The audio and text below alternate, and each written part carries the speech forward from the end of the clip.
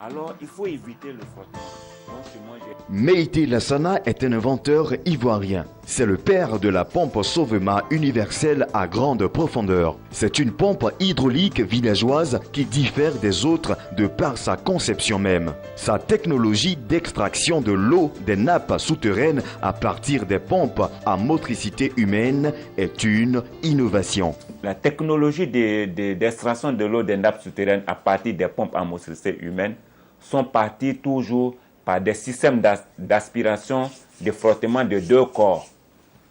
Comme je vous le dis, le frottement de deux corps, tout en vous le représentant ici, le frottement de deux corps, c'est-à-dire que les gens ont eu, quand vous allez vous référer dans vos villages sur les différentes pompes, la différence de ma pompe à leur pompe, c'est que à l'intérieur du système des pompes, il y a toujours, quand ce soit les pompes à bras, vous avez un cylindre inox ou autre couleur ou en bronze. Vous allez voir qu'il y a un joint qui se frotte comme ça pour faire remonter de l'eau. Et donc, quand deux corps solides se frottent, forcément, il y a l'usure. La durée de vie est très limitée. Donc, nos populations vont toujours payer des pièces de rechange. Toujours, il faut remplacer, il faut remplacer. Maintenant, que ce soit les pompes que vous allez trouver à pédale, à pied, il y a toujours des joints qui frottent dans un cylindre, deux corps, que ce soit les pompes à bras que vous voyez comme ça. Au fond du forage, vous avez deux corps aussi qui se frottent. Et moi, je me suis dit quoi? Je trouve un clapet que je mets au fond, qui est ici déjà. Et quand tu mets un clapet dans le fond, il reste dans le fond du forage. Alors, il faut éviter le frottement. Donc, chez moi, j'ai éliminé le cylindre complètement des pompes à bras, remplacé par un système hydraulique qui crée un joint hydraulique. C'est-à-dire, entre ces deux corps-là, quand tu le mets dedans, la preuve est que vous voyez qu'il rentre dedans, ça veut dire qu'il ne le touche pas. Lui, il est pété, l'autre, il est grand. Maintenant, et c'est alors que c'est ces deux contacts-là qui vont faire remonter de l'eau. Et pour faire monter de l'eau, alors, il faudrait qu'il y ait de l'eau autour de ça. Donc, avec le vide du mouvement, l'eau passe autour et l'eau devient le joint. Quelle est la différence, la particularité de cette pompe par rapport à l'autre? Oui, ça a une particularité parce que ici, j'ai fait un réservoir. En tant que concepteur de pompes et constructeur de forage, ce réservoir remplace ici le forage. Alors, la pompe, comme vous l'avez constaté dans sa présentation, elle a une partie interne qui est le clapet d'aspiration. Sur la présentation, c'est le clapet qui est au fond. Donc, il va nous permettre de faire remonter. Et à l'intérieur, ces pistons-là, c'est la même chose que vous voyez ici. Donc, actuellement, il y a de l'eau au fond. Mais ici, il n'y a pas de l'eau. Vous voyez, je la remets dedans, automatiquement. Vous ne voyez pas d'eau. Mais vous allez voir tout de suite qu'en faisant le pompage, automatiquement, parce que c'est cette tige-là qui sera reliée au bras de la pompe. Donc, tout de suite, quand tu soulèves, il n'y a pas de l'eau.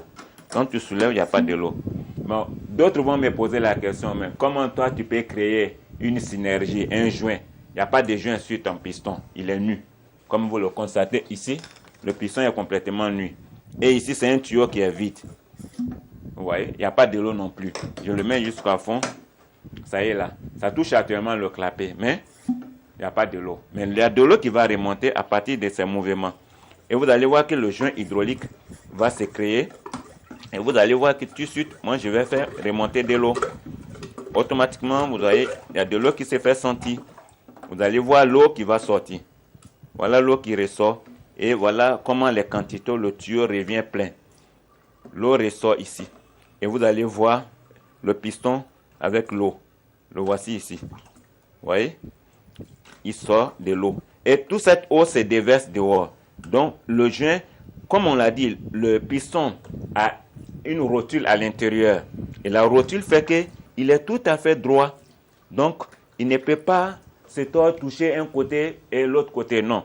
Donc, ici, nous créons alors le joint hydraulique. Et quand vous touchez au contact, vous allez constater qu'il y a quelque chose qui vous tire. Autre avantage de la pompe hydraulique Sauvema universelle à grande profondeur, sa durée de vie et le coût dérisoire de ses pièces de rechange. L'inventeur Meïté Lassana est formel.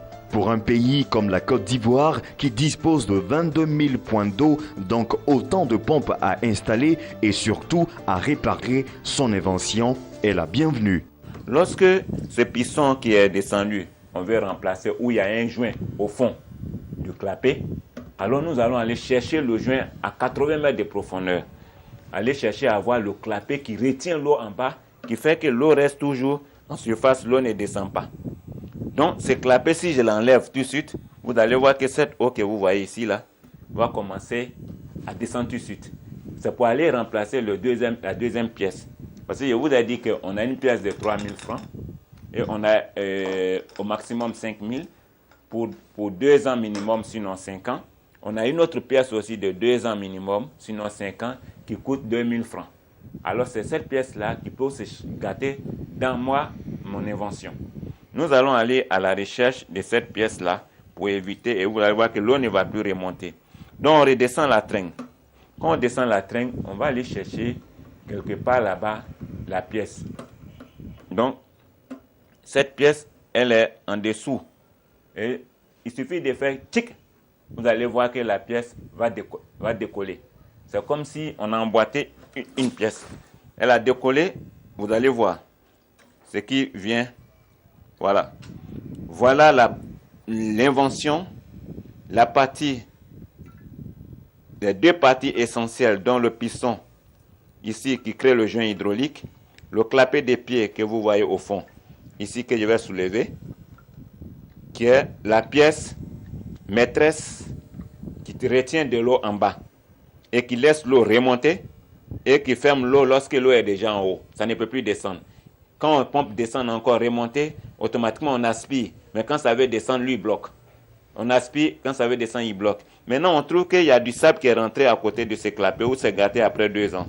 Dès que vous retirez, vous sortez les trains, vous arrivez dehors, le tuyau, vous ne démontez plus. C'est pour cela qu'on dit c'est vlom, ça dit c'est facile à démonter. Les tuyaux là, on ne démonte plus, ils sont restés toujours dans le forage. C'est la traîne et les pistons là qu'on soulève seulement. Quand on ressort, on arrive, on dit, ah, ok, le joint il est gâté, qu'est-ce qu'on fait? Il faut remplacer ce joint. 2 000 francs est parti. Pour 2 ans, pour 5 ans. Et ce joint là, c'est une gomme. Le temps que lui là va s'user, il se repose aussi dans du caoutchouc. Donc l'usure ne peut pas se faire aujourd'hui à 6 mois, à 1 an. C'est pas possible.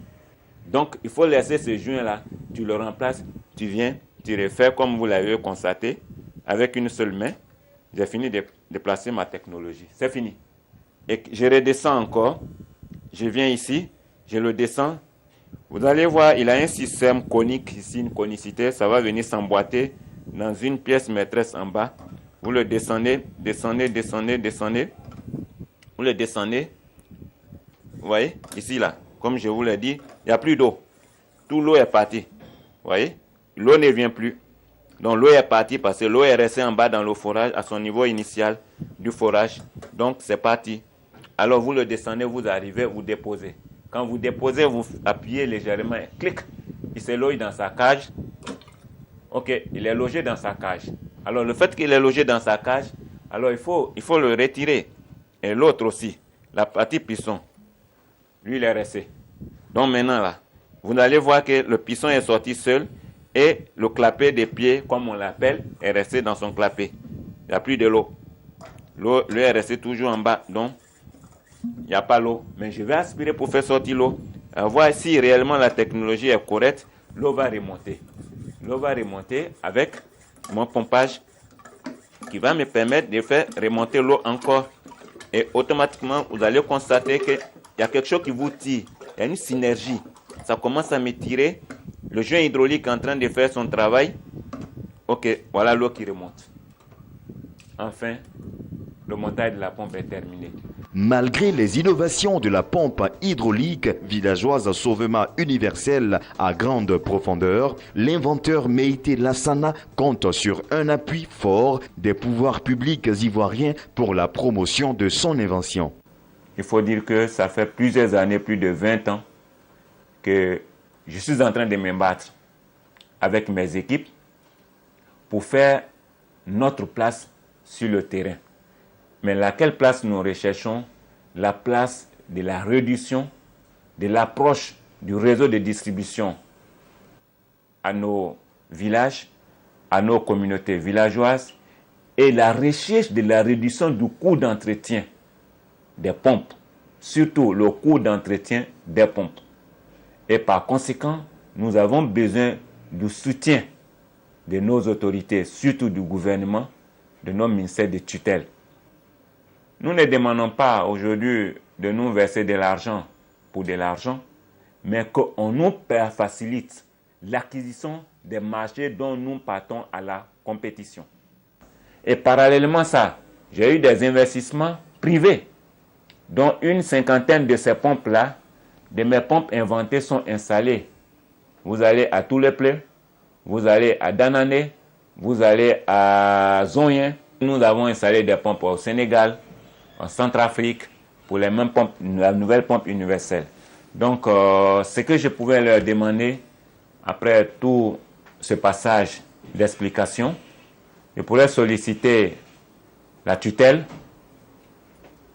le service ONEP, de nous aider à avoir la certification pour la commercialisation de la pompe en Côte d'Ivoire, pour nous permettre encore d'aller plus loin dans nos recherches et nous encourager. Aujourd'hui, Meïté Lassana et sa société GMHR, entendez génie mécanique et hydraulique pour le développement rural, se disent prêts à attaquer le marché sous-régional, voire africain.